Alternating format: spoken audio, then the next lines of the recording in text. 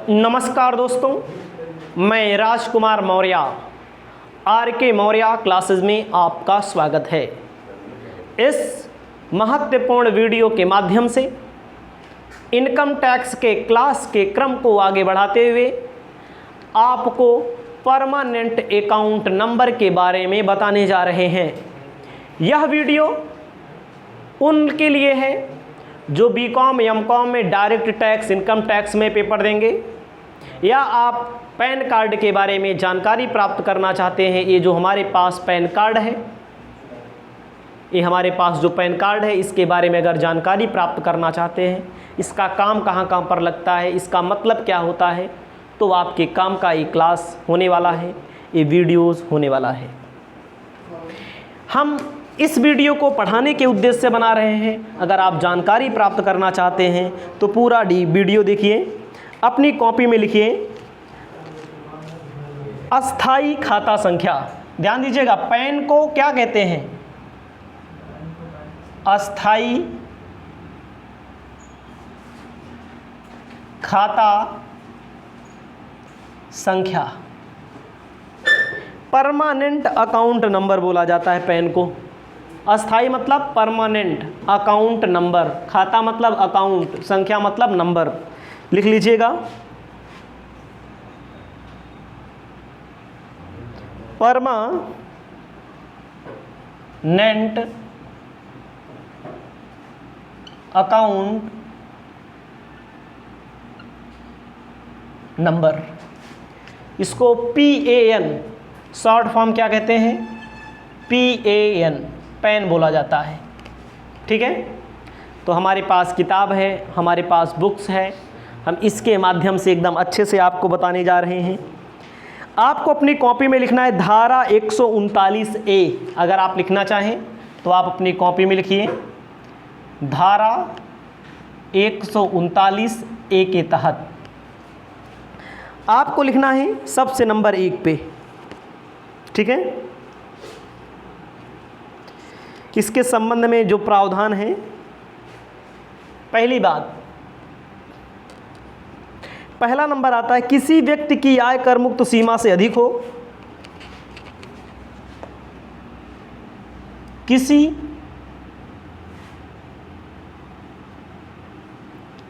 व्यक्ति की आय कर मुक्त सीमा से अधिक हो।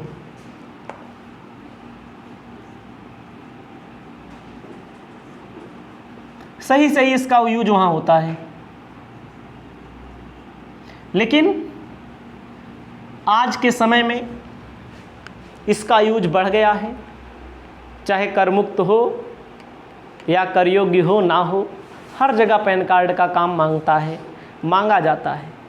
मुख्य तौर पर कर मुक्त सीमा से अधिक का मतलब जो व्यक्ति ज़्यादा पैसा कमा लेते हैं, जैसे सामान्य तौर पर 2.5 लाख रुपए से ज़्यादा आप कमाते हैं, तो वहाँ पर पैन कार्ड का प्रयोग किया जाता है। लेकिन इसमें अलग बताया गया है। दूसरा नंबर, इसका यूज वहाँ होगा जब कोई व्यक्ति व्यापार व पेशा चलाता हो।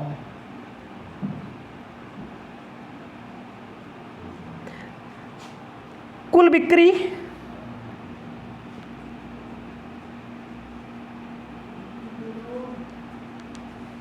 5 लाख से अधिक हो।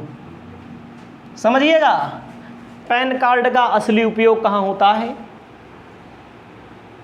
जेब में लेकर टहलते रहते हैं सब, लेकिन उपयोग बहुत कम लोग जानते हैं।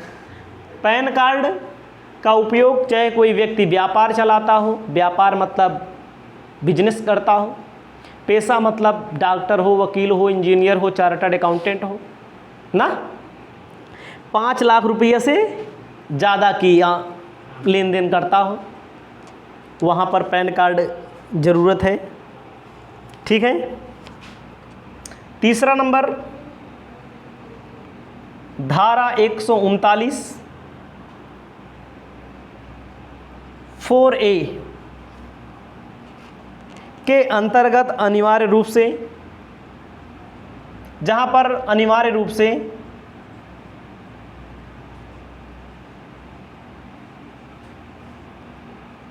आय का विवरण जमा किया करना हो, मतलब कि अपनी इनकम के बारे में आप बताइए। बहुत 4A समझ रहे हैं, 4A में मैंने बताया था, कहा गया है जैसे आय का विवरण जरूरी हो, जहाँ पर जैसे आप समझिए 4A में क्या बताया गया है, धारा 139 4A में बताया गया है कि धार्मिक संस्था वगैरह हो वहाँ के लिए भी जरूरी हो। ठीक है। चौथा नंबर, सीमांत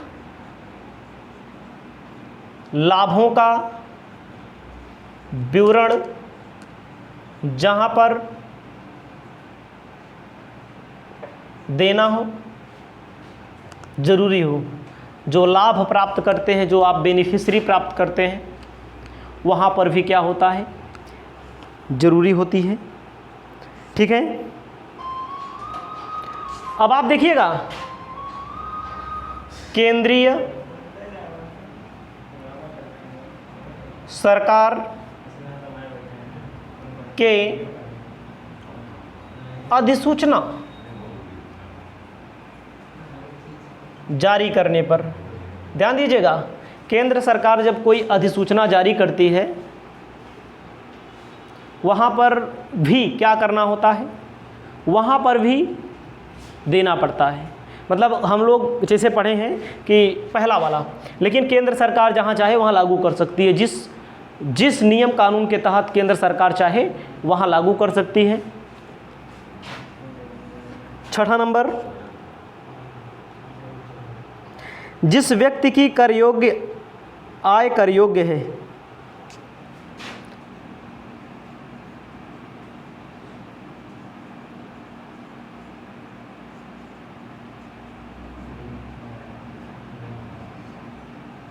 जिस व्यक्ति की आमदनी कर योग्य है, वहाँ पर भी जारी होता है।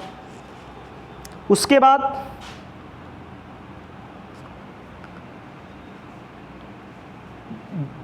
जो कोई व्यक्ति, जैसे हमारे श्यामू हैं, पेन लेना चाहे पेन, उसे भी दे दिया जाएगा। जैसे आप लेना चाहते हैं तो जैसे श्यामू ले लिए हैं तो उसको रोका नहीं जाएगा, पैन कार्ड जारी कर दिया जाता है। ठीक है। उसके बाद अनिवार्यता कहाँ है। देखो भैया, आपके पास किताब होगी, आप पढ़ने के लिए लिखने के लिए कुल से लिख सकते हैं, लेकिन कुछ चीज़ें हम पढ़ दे रहे हैं, लिखेंगे तो बड़ा टाइम लगेगा, आपका नुकसान होगा, हमारा भी नुकसान होगा। कहाँ के लिए अनिवार्य है, कहा गया है 10 लाख से अधिक, सुन लो भैया, 10 लाख रुपया से अधिक चल संपत्ति अचल संपत्ति अगर आप खरीदते हैं, बेचते हैं, तो वहाँ पर पैन कार्ड जरूरी है। कै लाख रुपया, 10 लाख। फिर आप मोटर वाहन अगर आप खरीदते हैं, बेचते हैं, तो वहाँ पर भी पैन कार्ड जरूरी है। सब याद कर सकते हैं थोड़ा बहुत। अगला है, बैंकी में 50,000 रुपया से अधिक FD करने जाओ, वहाँ पर भी पैन कार्ड जरूरी है। कंपनी में 5 लाख से अधिक, कहते नहीं है 50,000 से अधिक अगर जमा लेन देन करोगे तो पैन कार्ड लेगा। अभी निकलवाने जाओ आप लोग अपने खाते से तो नहीं निकालते हैं। डाकघर में 50,000 रुपया से ज़्यादा भैया लोग जमा करेंगे आप लोग, जरूरी है कि पैन कार्ड वहाँ आपको लगाना पड़ेगा।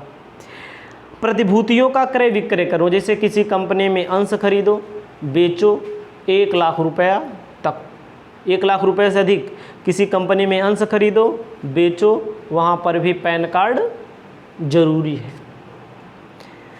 अब आपको ध्यान देना है, बैंक में अगर आप खाता खुलवाते हैं तब वो मांगा जाता है, कहा गया किसी बैंकिंग कंपनी या कोई खाता सावधि जमा को छोड़कर मांगा जाता है। अब याद रखिएगा, टेलीफोन कनेक्शन लेने जाओगे तब भी लगेगा, किसी होटल में, समझिएगा, 50,000 से अधिक कहीं पर भुगतान करोगे, वहाँ लगेगा।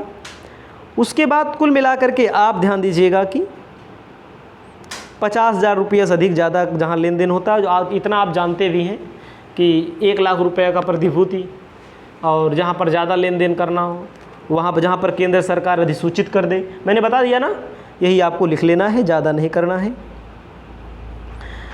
तो आपको बताना चाहते हैं आगे, उपयोग इसका कहाँ होता है। उपयोग अभी मैंने बताया, जैसे आयकर के इनकम टैक्स रिटर्न फाइल करोगे अगर तो पैन कार्ड लगेगा, समझिएगा। इनकम टैक्स रिटर्न फाइल करोगे अगर आप तो आपका पैन कार्ड लगेगा। कर का भुगतान करोगे, टैक्स का भुगतान करोगे, तब भी आपका पैन कार्ड लगेगा।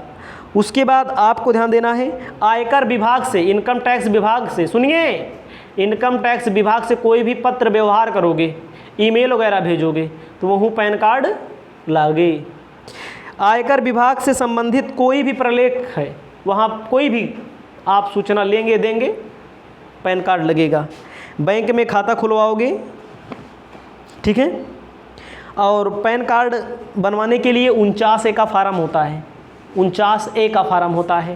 ये कभी कभी MCQ क्वेश्चन पूछा जाता है, तो इतना आप तैयार कर लीजिएगा, ठीक है। ये टॉपिक मैंने इतना आपको बताया।